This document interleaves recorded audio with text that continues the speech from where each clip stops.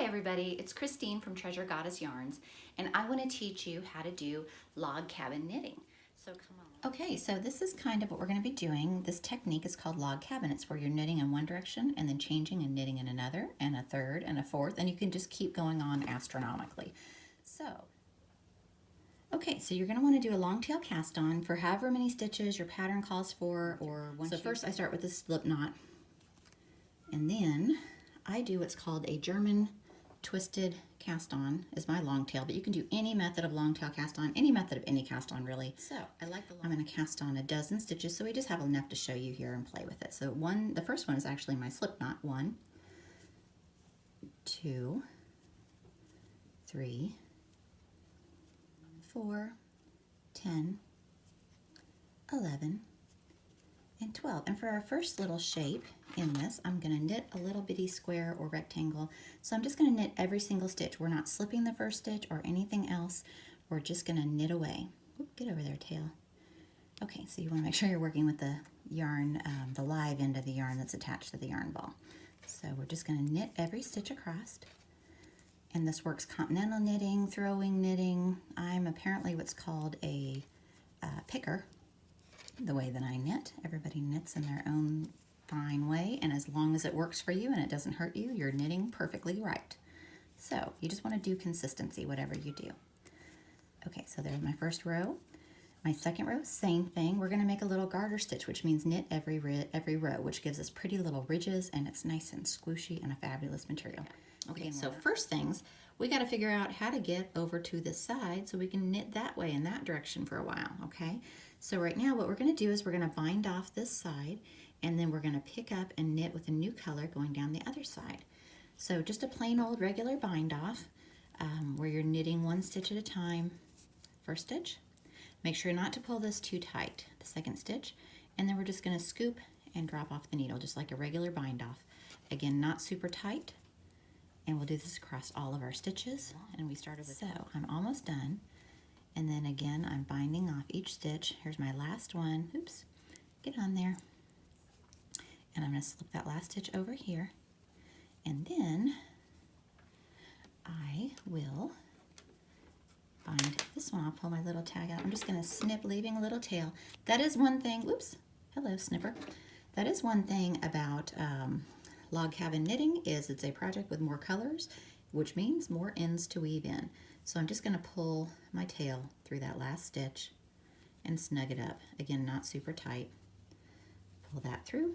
Okay, so here's our little deal. We started down here. This was my bind off row down here at the bottom. Knitted, knitted, knitted, knitted, knitted, knitted up to the top. Now we're going to turn it on its side, and across here I'm going to be picking up one stitch in each of these bumps. So 1, 2, 3, 4, 5, 6, 7. Sometimes I pick it up in an extra one in the end. It just depends on how you feel. Just go with the flow. Knitting is stretchy. It works no matter what you do. Okay, so we're just going to pick up and knit as we go along here. So on this side, get myself a little tail, get you guys out of the way. Then, needle, I'm going to start right in here. On that first one, I want to go right through this little point, the little stitch here at the end. It doesn't matter, I don't think it matters. Some people say everything matters. How neat you are, you just want to be consistent. So I'm just going to put my yarn over there. This is always trickiest on the first stitch. So it's awkward for me, it's going to be awkward for you, don't feel bad. Okay, so we are going to pull that little bit through there. I got a little bit extra. Did you see I split my stitch? So let's try that again. I'm just going to pull a little tail. The first one's always the hardest. I try to kind of hold on to the wild tail that's not attached to the ball, and the other hand to give myself a little tension as I go. Sometimes that helps. Okay, so now with the silver yarn and the working tail, this guy I'm just pulling out of the way to keep him from getting in the way and give me some tension. I want to hit one stitch in each of these ridges, so I just kind of pull it apart and jam it in there. I'm not too particular. Some people like to go in between the ridges, makes it easier for them. That one split, didn't it? Okay, so there's 2. Here's another ridge coming up. Can you see the ridges as I pull them? So here's another ridge. We're just going to jam it right into there. And come on now. There we go. Get this needle out of the way. So going to work our way across. It's always awkward at first, and then once you get going and you have more to hold on to as you're knitting, things get a lot easier. So here's my next ridge, and I'm pulling through another stitch, and I'm pulling apart here. This ridge comes up to right about there, and another stitch, and another ridge right there. And again, sometimes I miss, sometimes I don't, and then my last stitch is right in that corner. Okay, so how many stitches do I have here to work with on this side? I've got 1, 2, 3, 4, 5, 6, 7. So just like any other kind of knitting, we garter stitch where we're knitting every row. We're going to, this is my live side, it's attached to the ball. I want to make sure I'm not knitting from the tail. The tail's over there out of the way. I'm just going to knit across this way until I decide to stop. So let me put on a row. I've got glitter everywhere. Imagine that. 1, 2. Now this color is Pieces of 8. It's my silver yarn. All of my Treasure Goddess names have pirate or ocean themes, if you haven't figured out. So Ruby Daggers was our red, and the next silver is Pieces of 8, which was the silver coins used back in the days of pirates. Okay, and it's just a beautiful, I love things that have a little bit of sparkle in them too. Okay, we're just gonna knit again. And again, try not to pull super tight, super loose, just nice and comfortable knitting. And we're just knitting every row. And also you can make this as big or small as you'd like. Either go with a pattern or just go crazy and create your own design. So I think I'm ready to bind off these stitches. These 1, 2, 3, 4, 5, 6, 7 stitches that I've got here. So I'm just gonna do the same thing. First stitch, next stitch in there, scoop it over the needle, and so each of these nice little bind off pieces, and then we get to the pick up and knit on the next side might be a little bit interesting. So because we're going to be picking up from stitch per stitch and also some from garter bumps because our 2 pieces of fabric are going in 2 different directions.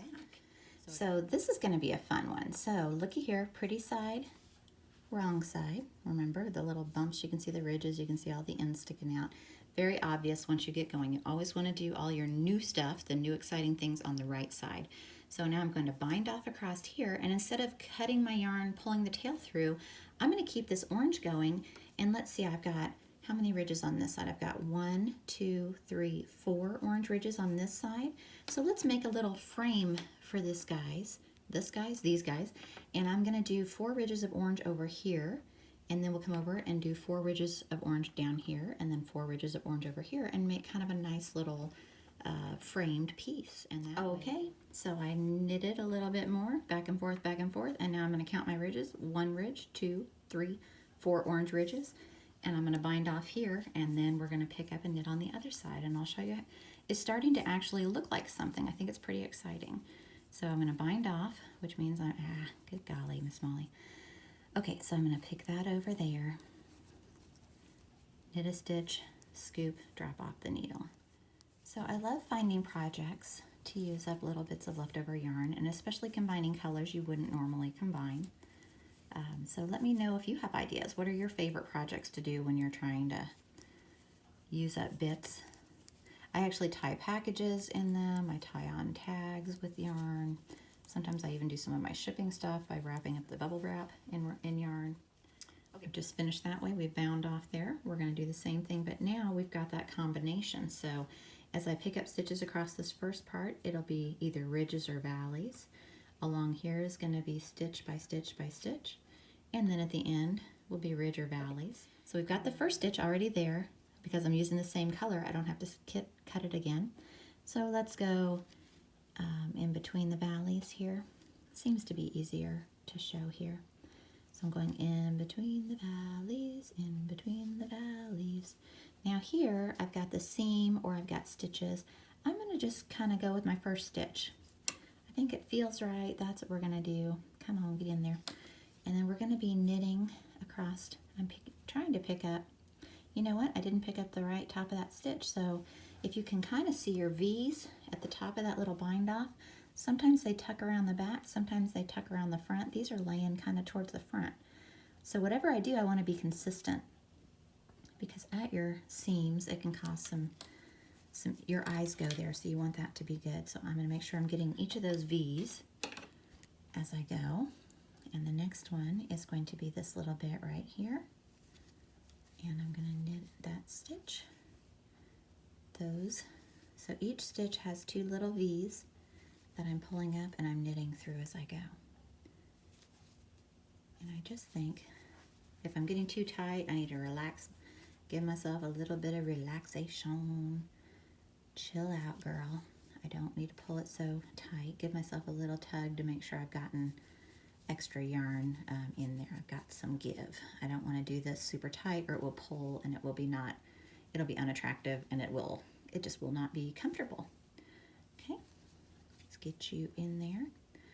And as we go all the way across, okay, we're getting close.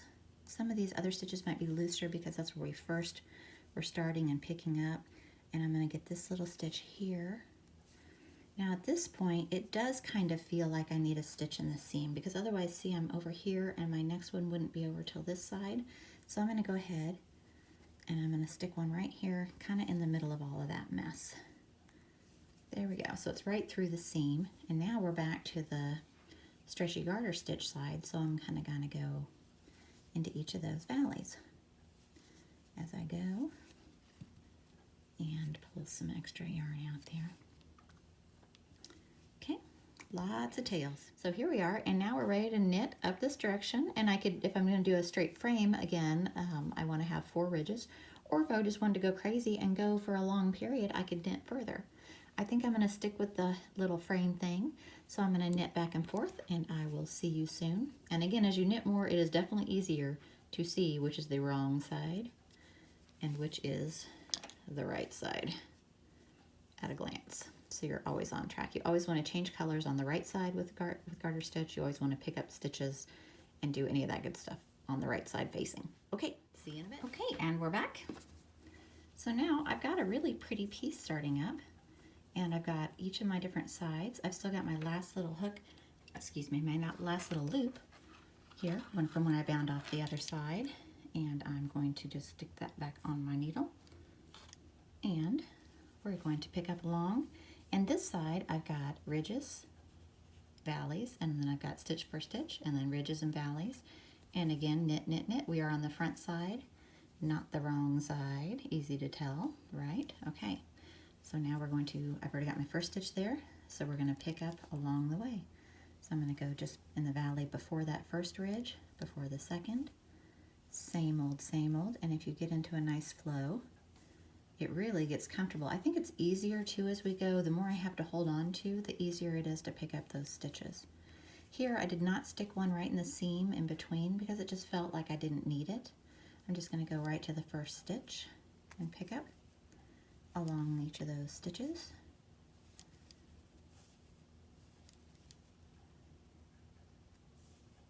Okay, we're doing great. Now this one is a little awkward. We're going to put one right in the middle of that, and then I'm going to go right on the other side of that as well. That way it just seems like it's a nice even flow, and across in between each of those ridges. And I'm going to knit 4 ridges, put one right in the end of this business here, and then I'm going to knit back and forth again to have little ridges, and then at that point I'll have to figure out what I want to do next. I might line the whole thing in like a lime green, or let's get something unusual. Oh, I think I'll do silver again and really brighten it up. So I'll do like a silver, big fat silver ridge, and then maybe pull in some yellow, which is my, this is the Poseidon's Trident. It's kind of a goldenrod yellow. It has just hints of orangish in there, but it's awesome. And then maybe some non-sparkle. We could go crazy with some of the colors. So, see you soon. I think you guys should give this a try. See what you think. See if you like it. I adore it. A bigger project that I made a sock yarn blanket, and I've got another free pattern out there called the Itty Bitty Sock Yarn Bits Blanket. That's out free on Ravelry. That's more of a recipe, but it also gives these instructions written down and shows how I made this technique into not just a cowl, but into a full baby blanket. So I hope you enjoy this technique. Let me know if it works for you, what kinds of things you've done. I'd love to see. Again, I'm Christine from Treasure Goddess Yarn. Thank you so much. Bye-bye.